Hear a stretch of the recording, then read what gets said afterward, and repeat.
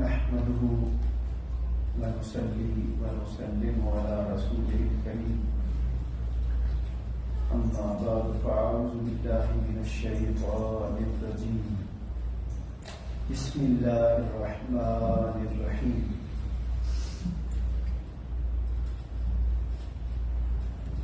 إن ربي رحيم ودود وقال تعالى في مقام آخر قل إن كنتم تحبون الله فاتبعوني يحببكم الله ويغفر لكم ذنوبكم والله غفور رحيم صدق الله العظيم. عمل سے زندگی بنتی ہے، جنت بھی جہنم بھی. یہ خاکی اپنی فطرت میں نہ نوری ہے نہ ناری ہے. قوت عشق سے ہر پست کو بالا کر دے، دہر میں اسم محمد سے اجالا کر دے.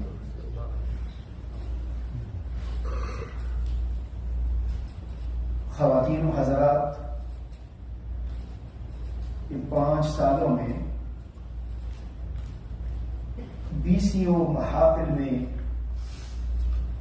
یہاں کھڑا ہوا ہوں اور ہر محفل میں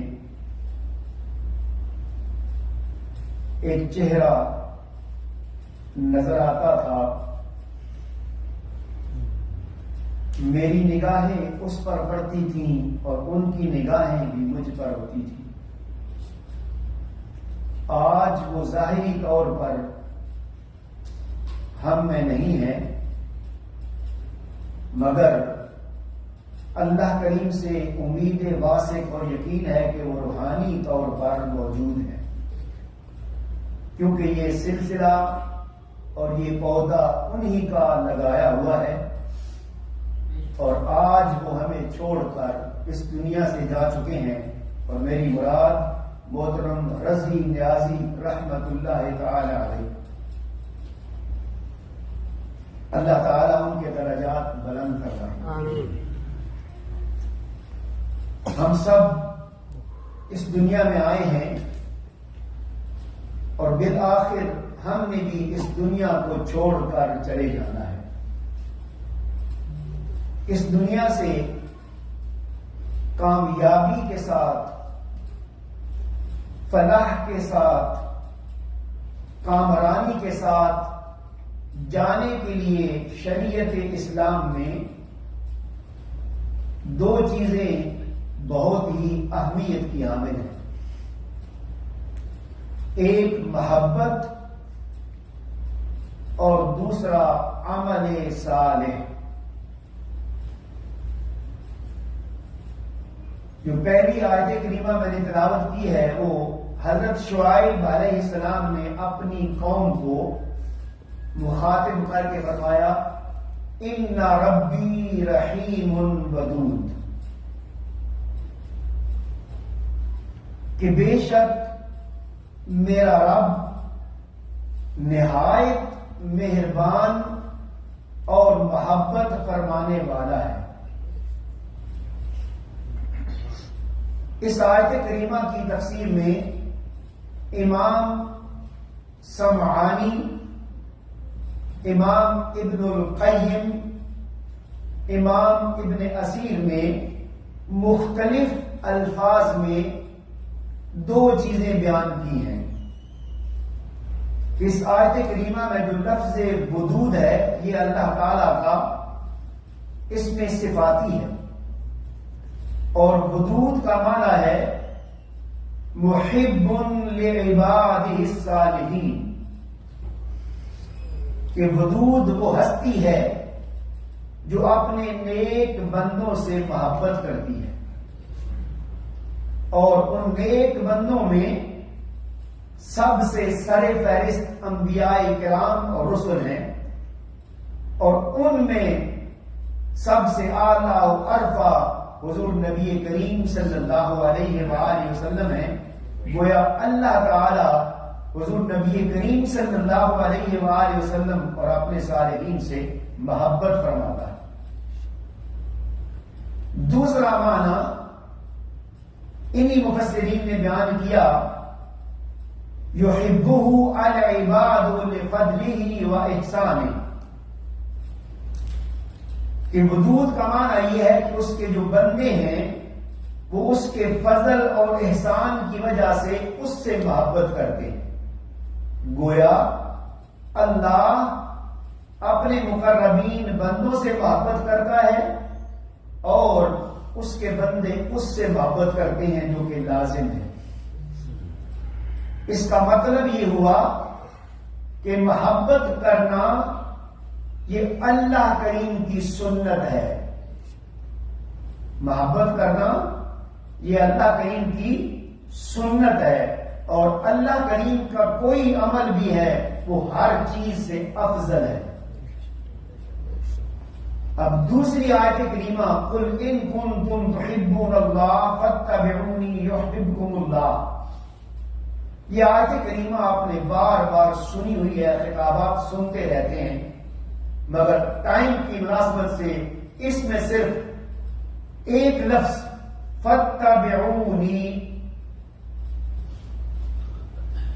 کلمات یہ ہیں کہ اگر تم اللہ تعالی سے محبت کرتے ہو تو پھر میری اتباع کرو۔ امام طبرانی نے بیان فرمایا ہے کہ ابو جعفر ابن جریج اور امام حسن البصری رضی اللہ تعالی عنہ اس کا شان نزول بیان کرتے ہیں کہ بعض لوگوں نے قریش میں سے، کفار میں سے، انہوں نے کہا کہ ہم اللہ سے محبت کرتے ہیں، تو ان کے جواب میں یہ آیت کریمہ نازل ہوئی کہ تم اگر اللہ سے محبت کرتے ہو تو پھر میری اتباع اور پیروی کرو۔ گویا حضور نبی کریم صلی اللہ علیہ وآلہ وسلم کی اتباع، پیروی اور آپ کے اسوہ حسنہ پر چلنا یہ عمل ہے۔ محبت سنت الہی ہے اور عمل سنت نبوی ہے، اور یہ محبت اور عمل یہ دونوں ہی انسان جو اس دنیا سے کامیابی کے ساتھ جانا چاہتا ہے اس کے لیے ضروری ہے۔ مگر ہمارے مکتبہ فکر کا یہ المیہ ہے کہ انہوں نے صرف محبت کا دامن تھام رکھا ہے، اسی پر وہ زور دیتے ہیں، اسی کا وہ چرچا کرتے ہیں، عمل کو ترک کر رکھا ہے۔ دوسرا طبقہ ہے تو اس نے محبت کو ترک کر رکھا ہے، عمل پر زور دیتے ہیں۔ اس کا مطلب یہ ہوا کہ اگر اس طبقے میں محبت ہے، عمل نہیں ہے، تو یہ بھی کسی حد تک ناقص ہے۔ اگر دوسرے طبقے میں عمل ہے، محبت نہیں ہے، تو وہ بھی ناقص ہے۔ اللہ اپنے فضل سے، اپنے احسان سے، اپنی رحمت سے، اپنے کرم سے جس کو چاہے معاف فرما دے گا، چونکہ وہ غفور و رحیم ہے۔ اور دوسری آیت میں یہ کلمات بھی آئے ہیں، الغفور الودود، کہ وہ بخشنے والا، نہایت بخشنے والا بھی ہے اور محبت کرنے والا بھی ہے۔ اب خلاصتاً یہ کہ ان دونوں آیات سے، شریعت کے نقطہ نظر سے، اسلامی نگاہ سے، محبت اور عمل دونوں لازم و ملزوم ہیں، اور آج کے دور میں منہاج القرآن نے آ کر اس چیز کو جمع کیا، اور قبلہ حضور نے اس بات پر زور دیا کہ جہاں محبت ضروری ہے وہاں عمل بھی ضروری ہے۔ کیوں؟ ہم اگر اپنے اسلاف پر نگاہ ڈالتے ہیں تو سیدنا صدیق اکبر رضی اللہ تعالی عنہ محبت اور عمل کا مربع تھے، سیدنا عمر فاروق محبت اور عمل کا مربع تھے، سیدنا عثمان غنی محبت اور عمل کا مربع تھے، سیدنا مولا کائنات علی کرم اللہ وجہ کریم محبت اور عمل کا مربع تھے، اور پھر ائمہ کرام، اور پھر وہ ہستی جن کے لیے آج ہم ماہانہ محفل میں جمع ہوئے، حضور سیدنا غوث اعظم رضی اللہ تعالیٰ عنہ،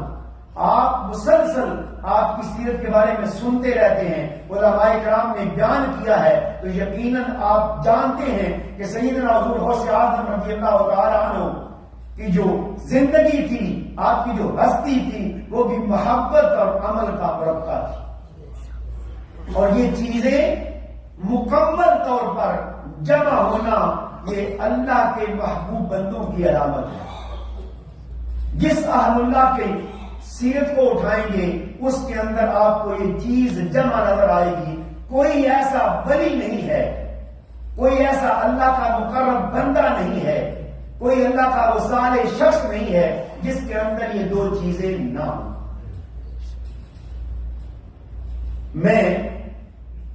پاکستان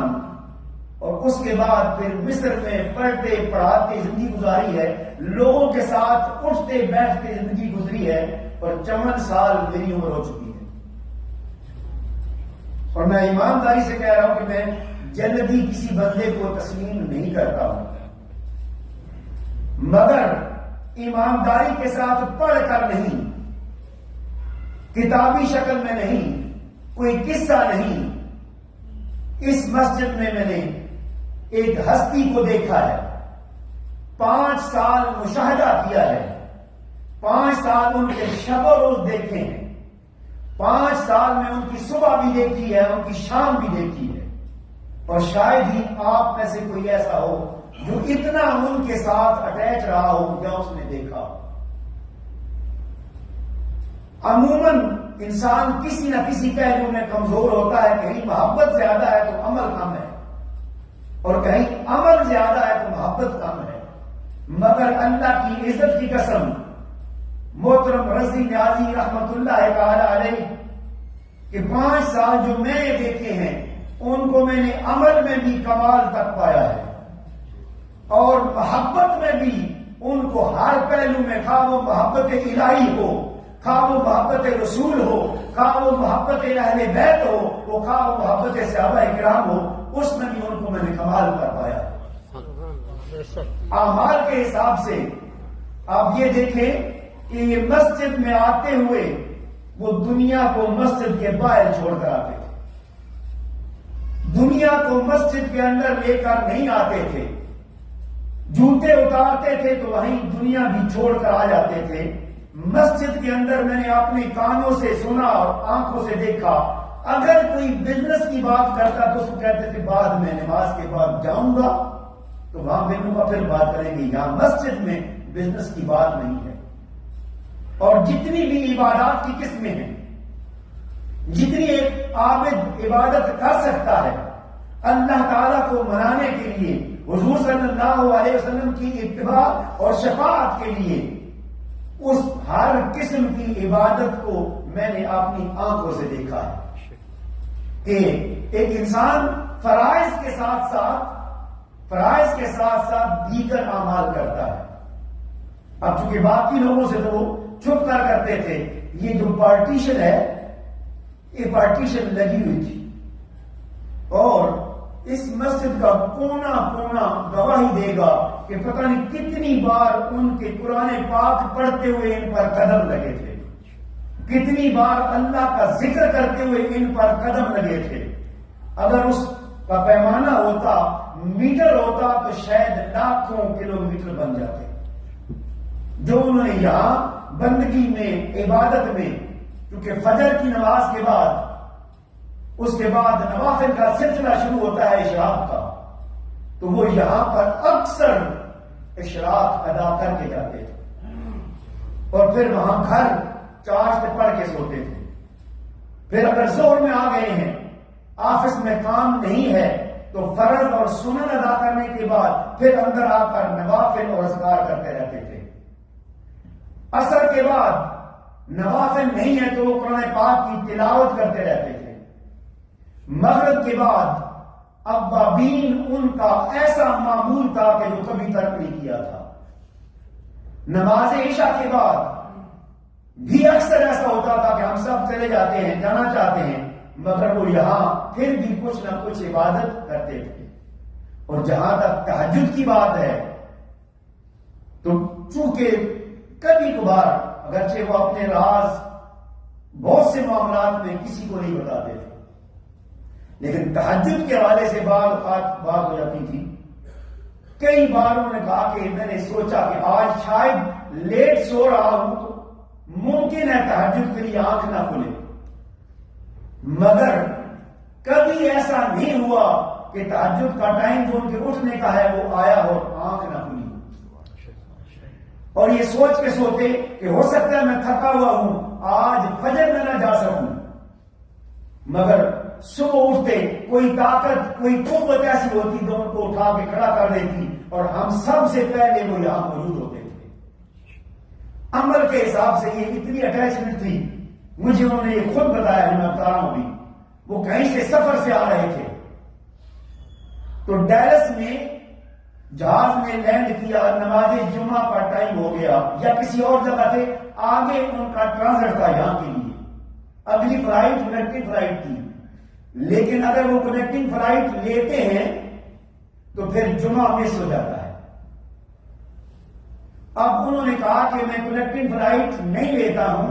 آپ اس ایئرپورٹ سے باہر گئے اور جا کر نماز جمعہ ادا کی، اور نماز جمعہ ادا کرتے ہی فلائٹ فلائی کر گئی۔ اس کے بعد آپ نے گاڑی جو ہے وہ کرائے پر لی اور گاڑی کے ذریعے پھر یہاں اس پر لائے۔ الغرض آپ کی زندگی کا جو میں نے دیکھی ہے یہ ایک پہلو ہے عمل کا اور محبت کا، اور آپ میں سے ہر شخص اس سے آگاہ ہے کہ ان کے اس عمل اور محبت سے کہ انہوں نے زندگی پوری یہ گزاری، اور یہ چیزیں انہوں نے کہاں سے آئیں؟ اپنے بزرگوں سے، اولیاء سے، پیران کرام سے، اور جس ہستی سے وہ محبت کرتے تھے بزرگوں سے، آدم رضی اللہ تعالیٰ عنہ سے، جن کے نام پر یہ مسجد بنائی تھی جس کی وہ خدمت کرتے تھے۔ الغرض چونکہ ہم یہاں پر موجود ہیں جہاں ہم پہلے اہل اللہ کی باتیں کرتے رہے ہیں،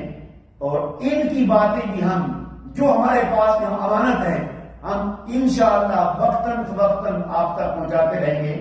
آج عمل کے حوالے سے اور محبت کے حوالے سے اتنا ہی کافی ہے، اور میں اس شعر پر بات ختم کرتا ہوں کہ کم سے کم موت سے ایسی ہمیں امید نہ تھی، کم سے کم موت سے ایسی ہمیں امید نہ تھی، زندگی تو نے دھوکے پہ دیا ہے دھوکہ ہم کو۔ کہ ابھی ان کے جانے کا وقت نہیں تھا، اچانک موت آ گئی اور انہوں نے لبیک کہتے ہوئے اپنی روح اللہ تعالیٰ کے سپرد کی۔ اور میں یقین سے یہ کہہ سکتا ہوں کہ اگرچہ ہم یہاں ان کی ظاہری طور پر کمی محسوس کر رہے ہیں، مگر جس مقصد کے لیے، جس نجات کے لیے، جس فلاح کے لیے، جس کامیابی کے لیے وہ یہ سارا کچھ کرتے رہے ہیں، اللہ کریم نے ان کو وہ عطا فرما دی، اور وہ اپنی اس جگہ پر اس مقام میں بہت خوش ہیں۔ اللہ تعالیٰ ان کے مزید درجات بلند فرمائے، اور ہمیں اسی طرح ان کو یاد کرنے کی اور ان کی روح کو احسان ثواب کرنے کی توفیق عطا فرمائے۔ وما علینا الا البلاغ المبین۔